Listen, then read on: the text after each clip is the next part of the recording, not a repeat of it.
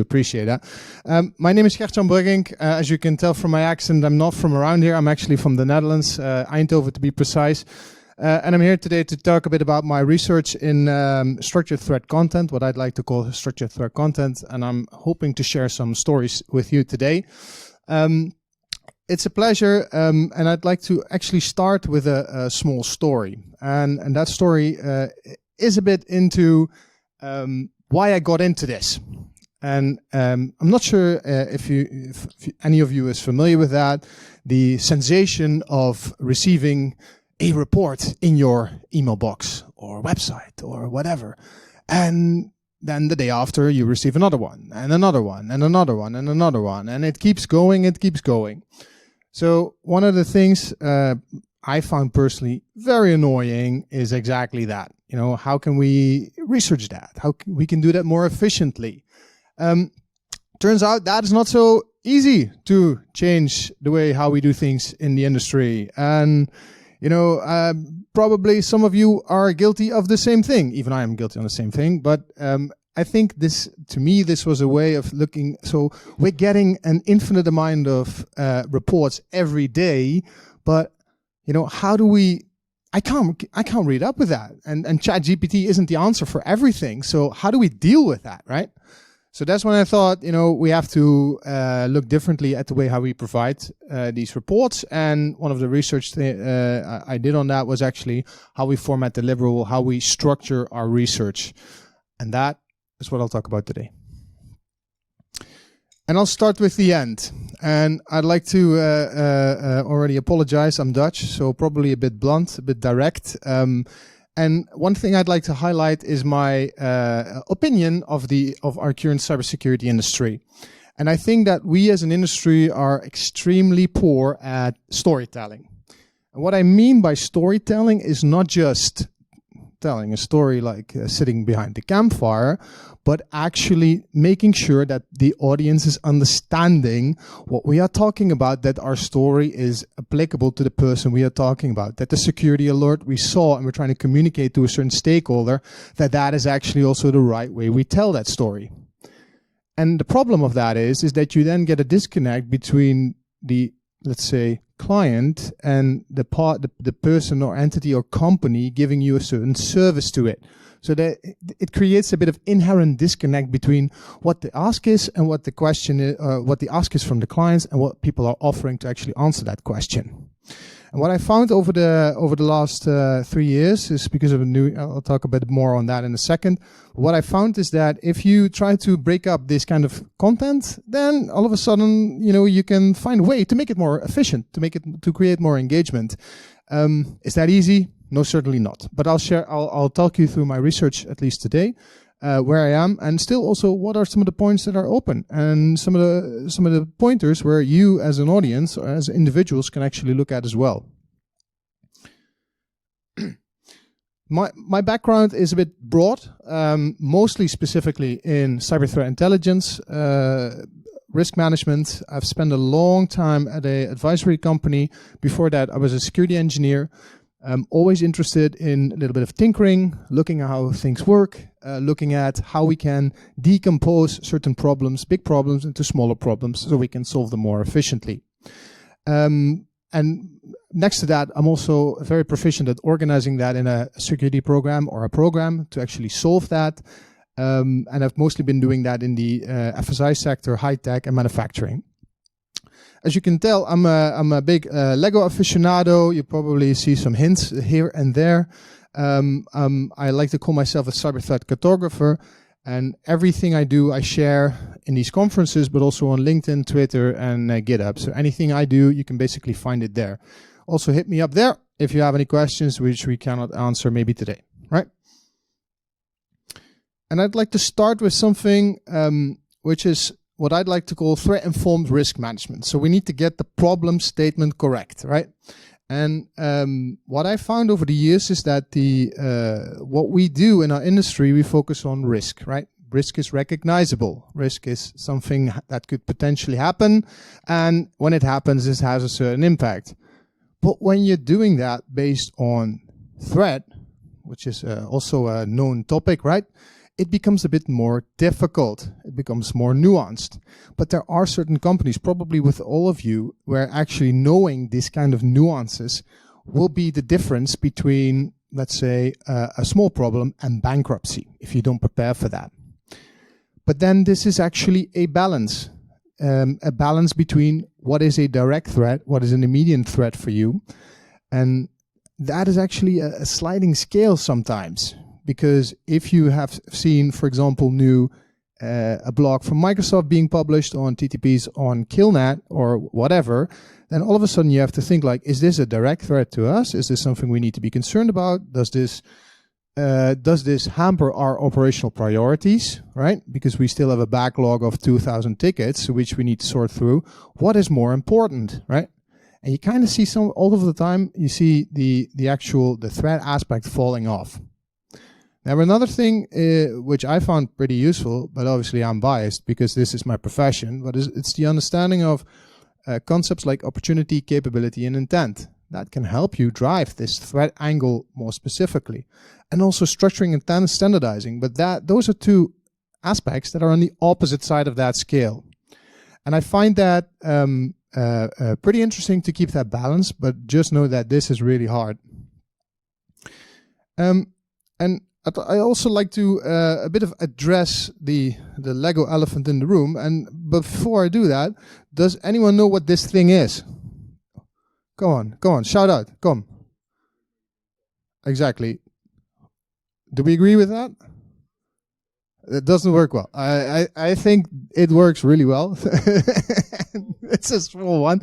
So this is called the Lego separator, and it's a genius level thing from Lego. They put it in each box, and they just want to make sure that you can, pry the bricks open when they're stuck together. Exactly. Huh? So, but the thing is, when I first got that, I was like, what is this? How can I actually leverage it? And that was actually the same question I always get when I'm building CTI teams. So what is this? What did they do? How they add value? I have no idea what this is. And what I found, and that is actually the elephant I think in the CTI room, is that, these teams then focus on a certain thing because they all of a sudden they're pretty good at prying stuff, or they're pretty good at doing assessments on what is happening in an industry or reporting on that. But then again, then all of a sudden, or they're really good at knowing the people they report to in the organization. But they're really good at that one thing, and that balance, they become so good at it that they unfortunately then are not able to do everything else and have to select a certain thing. And that actually impacts, so their own success is actually impacting them, the quality baseline they hold, but also their ability to know people, to report to stakeholders, and also to use structured content. Now, as I mentioned in the beginning, there's this problem I took on head on, and I'd like to decompose it a bit on how I explain that to my clients, but also in general. If a friend calls me, then this is how I'll explain it.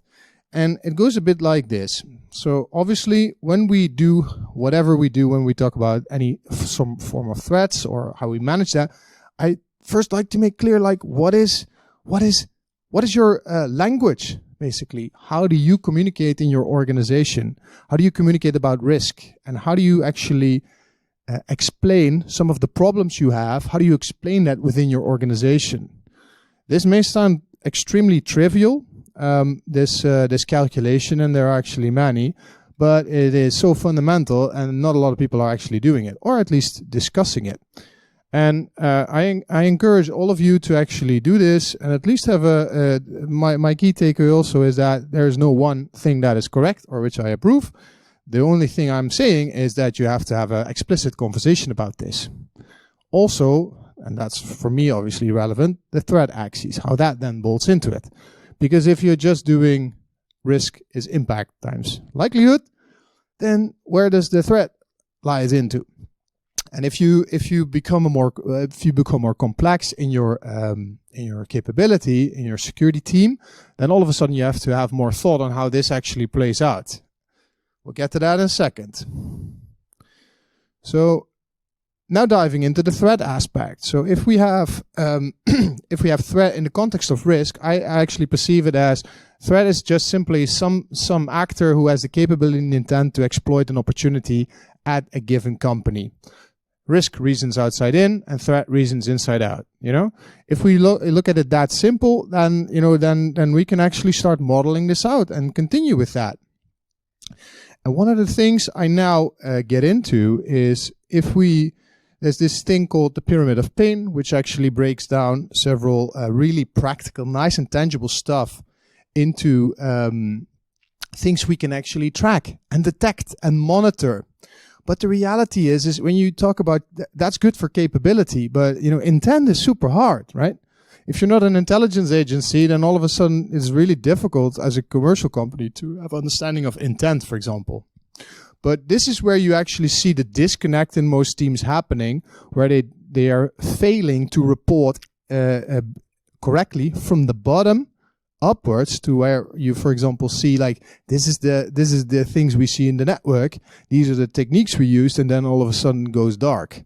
But the reality is that you can go even further and a bit more abstract on that using, for example, campaigns, activity groups, attributed groups.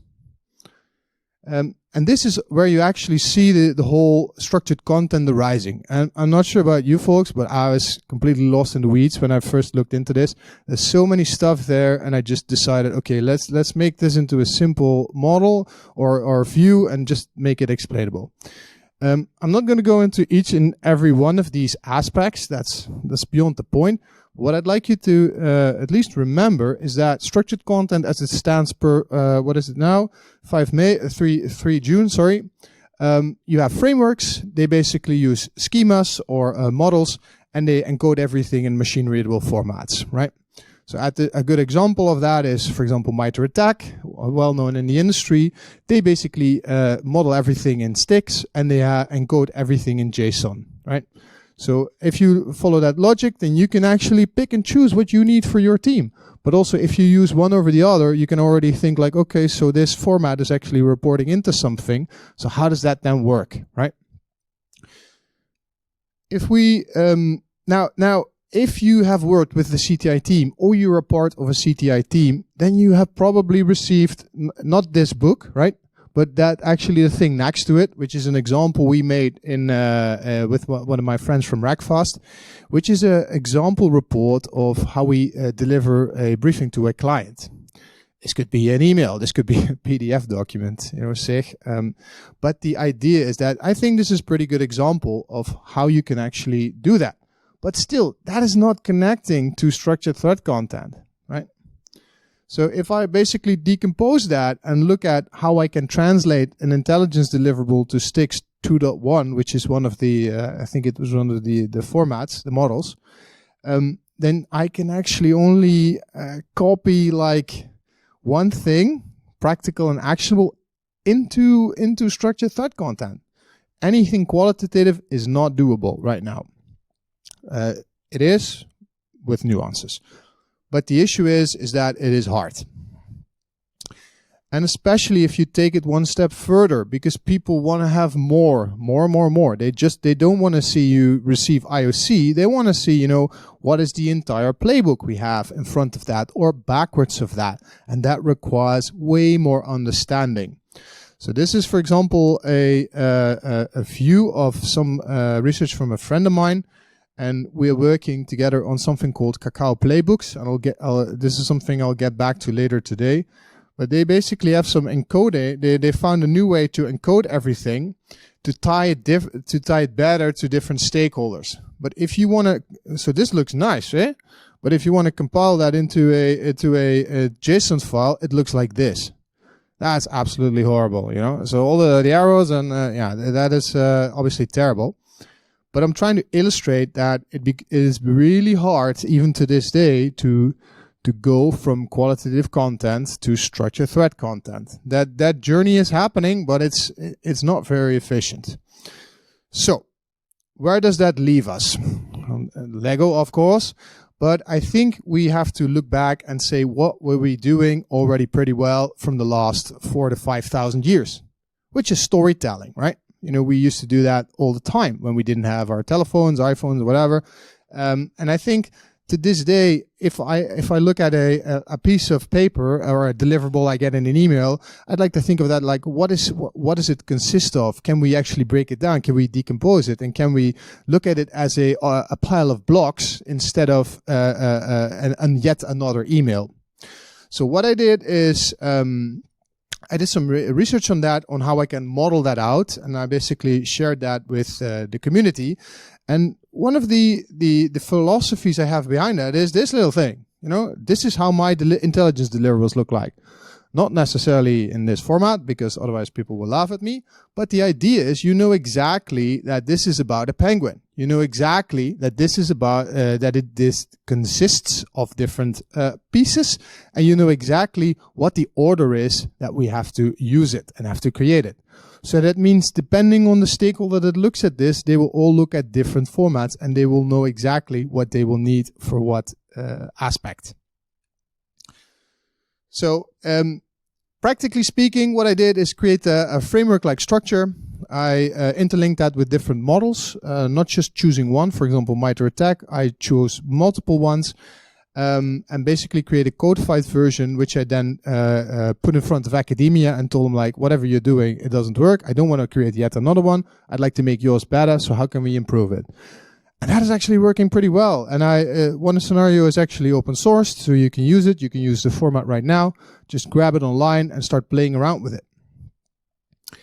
And this format actually allows me to dive into a bit more tagging, into functions that I actually see. But it also ties me into actor playbooks and specific things that are associated with certain groups. I can tag and annotate and maintain that. As you can see on the left, this is obviously the part of the penguin, but the interesting bit is now you know exactly what is our current understanding of that. That just takes time, but actually annotating that in a good structured fashion, that is useful. And a second more important thing about this approach is also about talking about the walkthrough of a given scenario. Too much in our industry, we spend a lot of time on talking about that new hype thing that actually has happened, right? I mean, I was kind of surprised this morning on the third talk on bad USB, right? I mean, it's 2023 and we're still talking about USB drives being an issue. Even, we've been talking about this for what? How long? Long. But my point with this statement is, we need to have a better discussion on where we want to defend.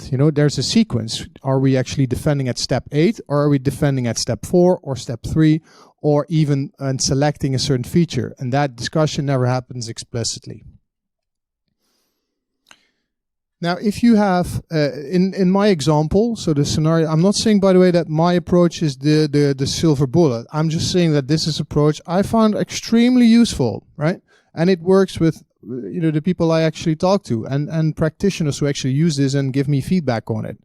And one of the things you can actually do if you use that specific format of mine is load it into something, an open source tool called Obsidian, which is just a note keeping app, and you can just load it in and it automatically uses all the hashtags and tagging. And then you can create these beautiful visuals like you see here automatically. So if you start working on that, then you have out of the box visualization tagging. So wow, completely for free. Amazing. Now another thing is the living off the land CTI. And most of you probably in your business life you have seen maybe Jira or something, a tagging system or whatever, or an asset management system. And some of the things I actually what always surprises me is that people are a bit unwilling to explore existing solutions and rather buy a new one because that works, right? So what you see here is just something called Jira Insights, which is a asset management tool within Jira. And if you basically repurpose some of the tagging, you just name it a bit differently, then all of a sudden you have a tagging mechanism that allows you to see different things that happen in the news. You can actually annotate that to a certain group, to a certain capability, to a certain actor. Then you can link that to an existing asset and identify if your risk management teams actually work with that to a certain control. And that is a bit, you know, corporate blah, blah, blah. But the reality is that this is really hard. And the point I'm trying to make here is that you can use your existing tooling a lot to work with this. Now, there's two final things I want to set you off with, and I do need to wrap up, but I think there's two things. One of them is what is next on structured thread content. I showed you today a means on how you can actually decompose some of your deliverables, how to look at that differently, how you can use that. But one of the things I'm still very curious about is what will be the future encoding, where my research will flow into. I'm hoping that this will be the format called Cacao, which is an offensive encoding mechanism, how we can encode attacks, but also a way on how we can encode the defensive playbooks, for example, detections. The plus side is we need a lot of data and information. And that is also a downside, by the way. And I think another issue we see here is that we as humans, we are pretty unable to actually comprehend more than just two-dimensional images. And for those of you who are a bit, as this is the Back to the Future thing, I'm not sure if you guys know Minority Report, where you had the visuals where you could pop it up and do everything with your hands and stuff like that. Really beautiful. And go through the data quite efficiently. We are not there yet. But I think when we start structuring our content way more, then we can use existing tools like machine learning models more efficiently to get through this kind of thing. But it does require this kind of encoding. Now, final lessons learned. Start codifying this stuff today in your organization on Monday. You can do that as you take some of the stuff you've seen today. Make sure that you align it with your stakeholder priorities. Some of the people I've talked to, you wouldn't surprise me how many times they are still reluctant to talk with the people they report to, because we know what they want, right? No, they don't. So did you actually ask it? Show me the notes, for example. But then if they report into Jira, for example, then you can actually leverage that and make their life successful, their reporting structure successful. And to that extent, I also encourage you to reimagine your own approach to writing those emails and figuring out a new way. I'm doing it through scenarios. I'm not sure if that is the right way, but that does allow me to then move into new areas where I can load this data into a large language model. I can load it into an Excel file. I can load it into whatever my audience needs, depending on that situation. My friends, that is what I have for you today. I'll leave it at that. Thank you.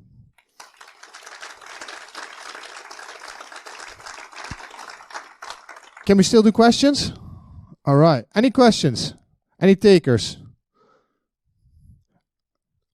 Go ahead, sir.